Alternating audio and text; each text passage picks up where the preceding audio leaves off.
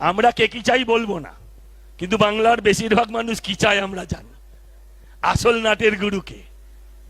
আপনাদের কাছে তাই আবেদন করছি, আপনাদের কাছে তাই অনুরোধ করছি, যে লড়াইটা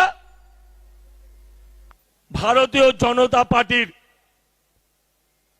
মুখ্যমন্ত্রী কে হবে তার লড়াই নয়, এই লড়াইটা বাংলার মানুষকে রক্ষা করার লড়াই। আমরা বলি রাষ্ট্রপতি শাসন, আরে ভাই রাষ্ট্রপতি শাসনের তো প্রথম স্টেপ শুরু হয়ে গেছে।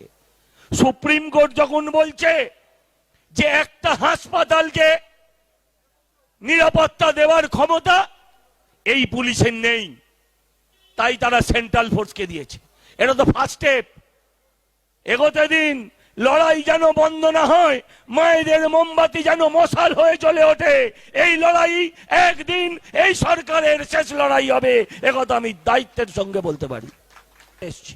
আমাদের এখানে আগামী 5 দিন 12টা থেকে 9টা অবধি আমাদের আন্দোলন চলবে, আমাদের প্রতিবাদ চলবে।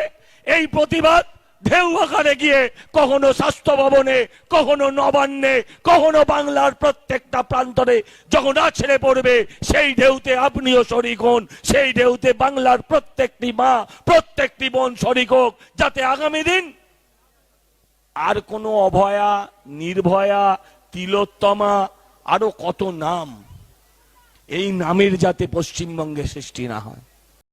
10 জন মানুষ, 100 জন মানুষের কাছে যান যে আপনি কোন পার্টি করেন, 90 জন বলবে আমি কোনো পার্টি করি না। কিন্তু এই ক্যামেরা নিয়ে গিয়ে জিজ্ঞাসা করুন 100 জন গ্রাম্য মহিলাকে যিনি কোনোদিন ফুটবলে লাথি মারেননি, যে আপনি মোহনবাগান না আপনি ইস্ট বেঙ্গল। দেখবেন 100 জনই বলবে যে আমি মোহনবাগান বা আমি ইস্ট বেঙ্গল। এ সরকার এমন, তাদের ওপরও লাঠি চালালো। খেলা হবে, খেলা হবে স্লোগান দিয়ে।